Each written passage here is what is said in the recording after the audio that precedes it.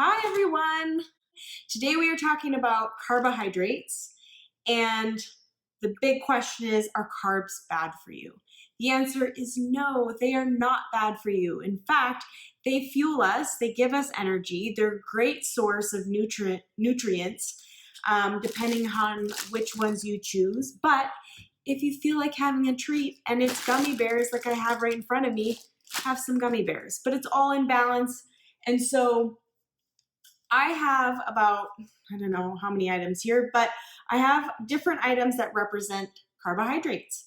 So as you saw gummy bears, I have bananas, rice, quinoa, and potatoes. I have jelly, crackers, and bread.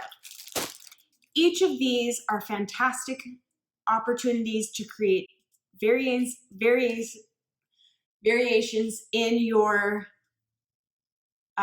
menu during the week, but also it creates you to understand what food is and that your body understands I'm taking in a carbohydrate. How do I get to process it and give me fuel and energy? And so that's what it understands. It doesn't necessarily say, I'm eating a banana right now or I'm eating gummy bears right now. So we're going to talk about how to interchange carbohydrates, learning what food is, learning what your carbs are. For instance, bread. What's in bread for carbohydrates? What's in a potato? What's in a banana? Etc. And so when you begin to understand what's in the food, it allows you to open up and have new things continually in your diet at a restaurant, at a party. But let's talk about your bank account.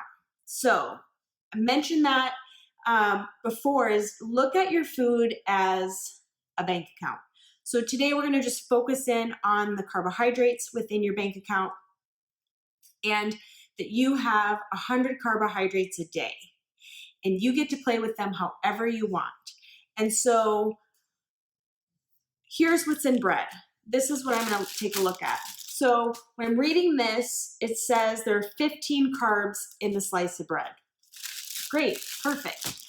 Now I know what I'm playing with.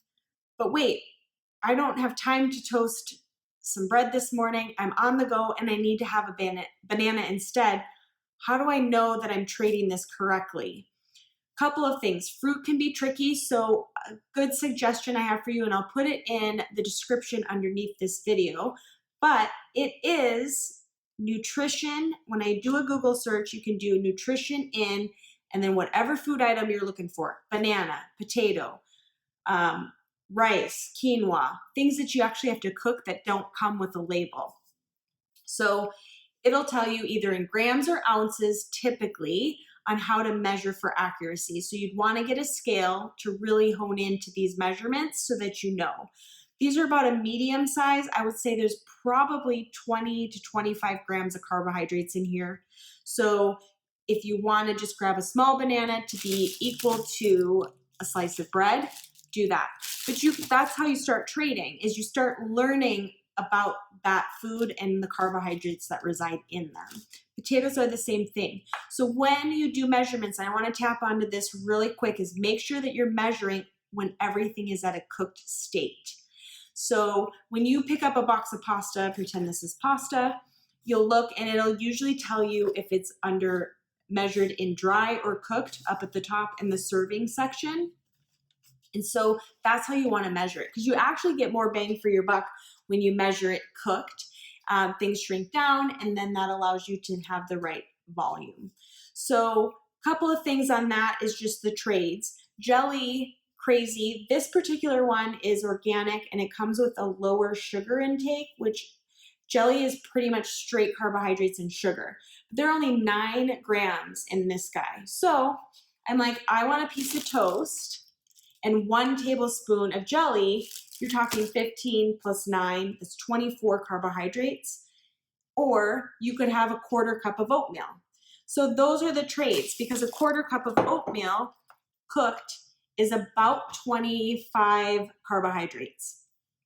Another thing to keep in mind is that we look sometimes we get so focused on like hitting that 100 exactly, or hitting that meals carbohydrates, however you want to break up your bank account in the day. You want to have 25 for breakfast, 25 for lunch, and then you want to save 50 for dinner, and go crazy with your pasta or your potato. Awesome, knock it out, enjoy it. But you got those carbohydrates, and that's your bank account. But when you focus in on a number, so let's say you're oh no, this trade of toast and jelly isn't the same as my oatmeal, and I'm like missing a carb. Don't stress. I always tell people, work in a range. So for instance, utilizing 20 is a quick, easy number.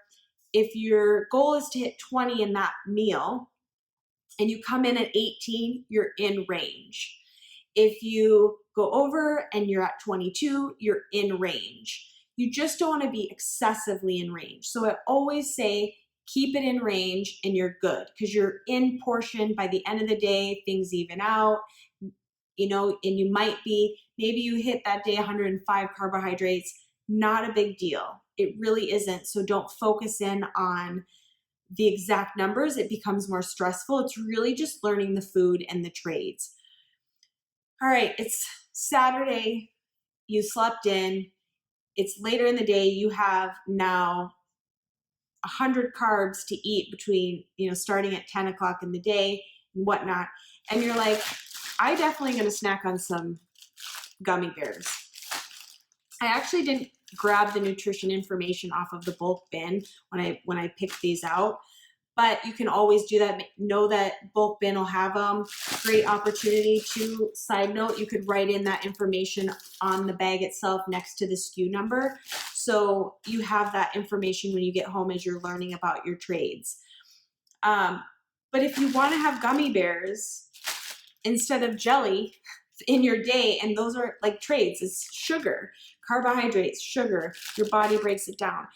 And I explain that in the sense of, it's okay to have those things. Of course, breaking down sprouted grains, quinoa, cooked rice, all of those, your body's actually going to break it down quicker, and it's going to be easier. It has to work less because it's not actually breaking down processed foods like gummy bears.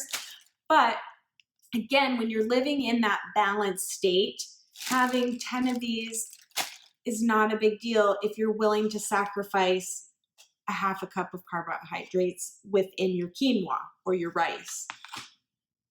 Trading is amazing. One thing I can offer a suggestion that helped me early on in my tracking is I tend to eat the same foods regularly. Grocery list is pretty much the same when I go. So with that being said, I started handwriting carbohydrates in bread and carbohydrates in this. So as I was in the kitchen cooking, it was a visual for me. I'm such a visual learner. And what I would do is I would post it on the inside of one of my cabinets, and I had the sheet just forever adding things to it. And not only did I have carbs, I also put in proteins and fats on that list, so that as I'm in my kitchen cooking and prepping food for the day or for the week, I knew what to grab and what those quantities were, and I became very familiar with them. And eventually the sheet no longer exists in there, but it's what you have to do to become successful in understanding what your carbs are. So following up on all this is, carbohydrates are good for you. Carbohydrates are fuel. We can exchange them when we start understanding what we're taking in.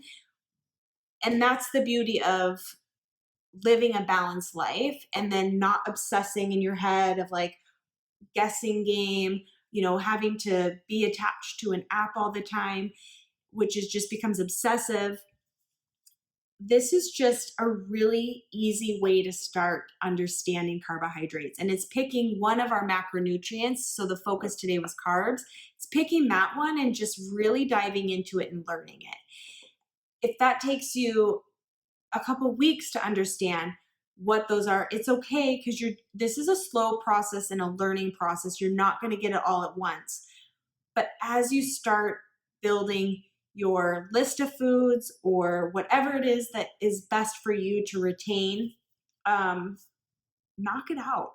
Get those things figured out for you and enjoy the carbs, enjoy the gummy bears or the donut or the cookie that you want to trade in with you in your bank account. Okay, just a quick recap. In the description below is going to be the link that takes you to my favorite website that allow you to plug in your top carbohydrates, whatever you want to know, and get the macronutrients for carbs if it doesn't come with the label. So that's your fruits, your vegetables, your pastas, your grains, oats, whatnot. So that'll be in there.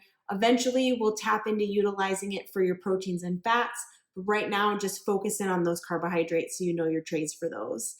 Subscribe, like, and comment below. And until then, eat up all the carbs and enjoy them.